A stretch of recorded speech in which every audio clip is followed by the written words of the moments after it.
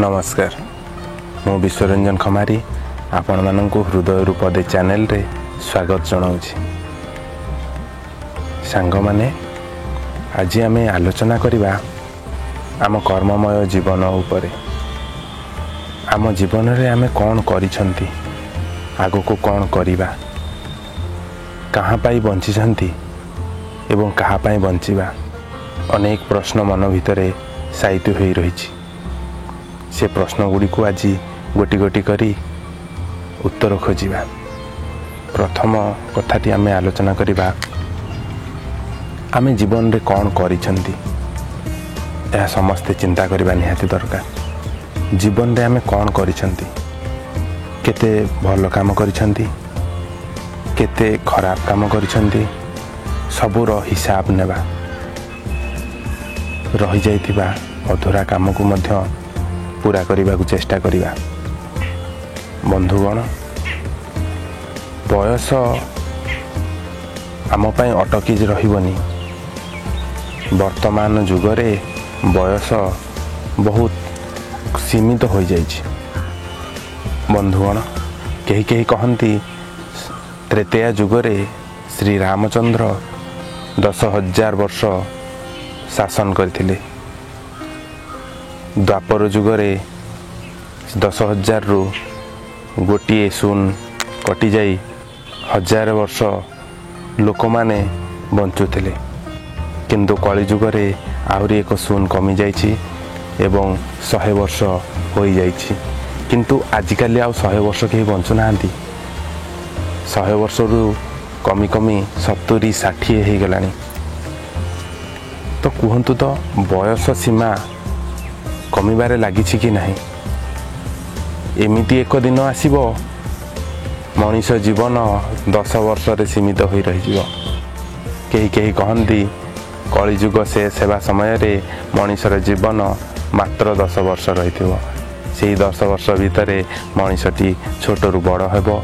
बड़ होई सेही 10 वर्ष भितरे विद्या ग्रहण करिवो। सेही 10 वर्ष भितरे तांक निज परिवार पोषण करिवो। सेही 10 वर्ष मध्यरे समस्त काम पूर्ण हबो। थरे चिंता करंतु, त्रेतेया जुगरे जेते बेले 10,000 वर्ष बंचुथिले लोक माने, एबे 10 वर्ष भितरे कौन बा करि परिबे। तेणु करी धीरे धीरे समय बीतीबारे लागिछि। तेणु निजर कर्ममय जीवन को मध्य शीघ्र करिबा, त्वरान्वित करिबा निहाती आवश्यक। समस्ते भूली जाती समय को। समस्ते कहती हाँ आज करना तो काली निश्चय करदेवा। मुझे से भाव में मझे मझे चिंता करे, आज करना तो काली निश्चय करदेवा। किंतु अधूरा रही जाइथिबा कार्य सबुबले अधा हो रही जाए। जे आमे जेते चेष्टा कले मध्य ताहाको पूरा करि पारंती नहीं। कारण ये होछि आलस्यपण।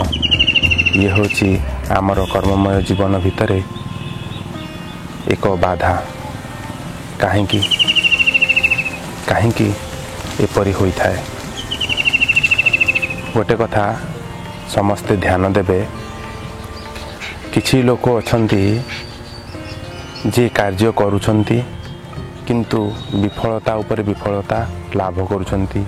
तापरे से सबू छाड़ी दे निजको हार मानी घरे बसी पड़ुछंती।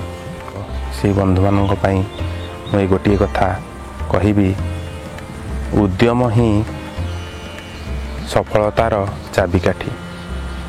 सबु कार्य रे आमे जदि आमर उद्यम जारी रखिबा ताहले आमको सफलता निश्चय मिलिबो। ए कथा केवल मु नुहे, अनेक विद्वान लोक कही थांती। आमे मध्य छुआ बेलू यह पाठ्य करछंती। उद्यम ही सफलतार चाबिकाठी। बंधुगण, जो जगार आमे विफल होई नाहंती से जगार आमे केबे भी सफलतार स्वाद पाई परिबा नहीं। तेणुकरी विफल सफलतार प्रथम पाहाच। ଆପଣମାନେ ବିଫଳ ଯେତେ ଥର ହୁଅନ୍ତୁ କେବେ ବି ଉଦ୍ୟମ କରିବା ଛାଡ଼ିବେ ନାହିଁ। ଉଦ୍ୟମ ସବୁବେଳେ ଜାରି ରଖନ୍ତୁ।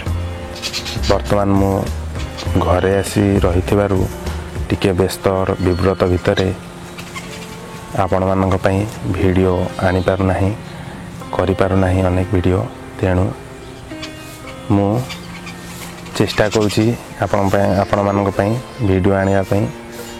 ଆମର ଗତ 2ଟି ଭିଡ଼ିଓରେ ଆମର ବଡ଼ ଭାଇ ଜଣେ ପ୍ରସିଦ୍ଧ ପାଲା ଗାୟକ, ତାଙ୍କର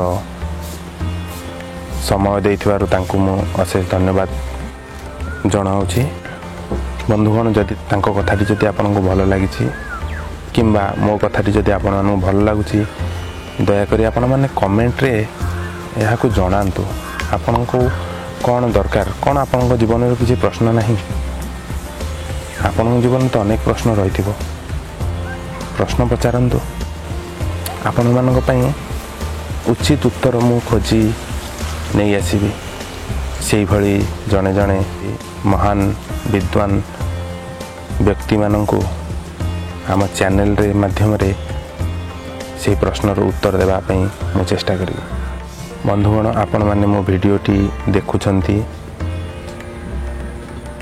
ତେଣୁକରି ଆପଣମାନଙ୍କୁ ମୁଁ ଅନୁରୋଧ କରେ ଭିଡ଼ିଓଟିକୁ ମୋର ଅତ୍ୟଧିକ ମାତ୍ରାରେ ସେୟାର କରନ୍ତୁ, ଯାହାଦ୍ୱାରା ଏ ଭିଡ଼ିଓ ସମସ୍ତଙ୍କ ପାଖରେ ପହଞ୍ଚିଯିବ।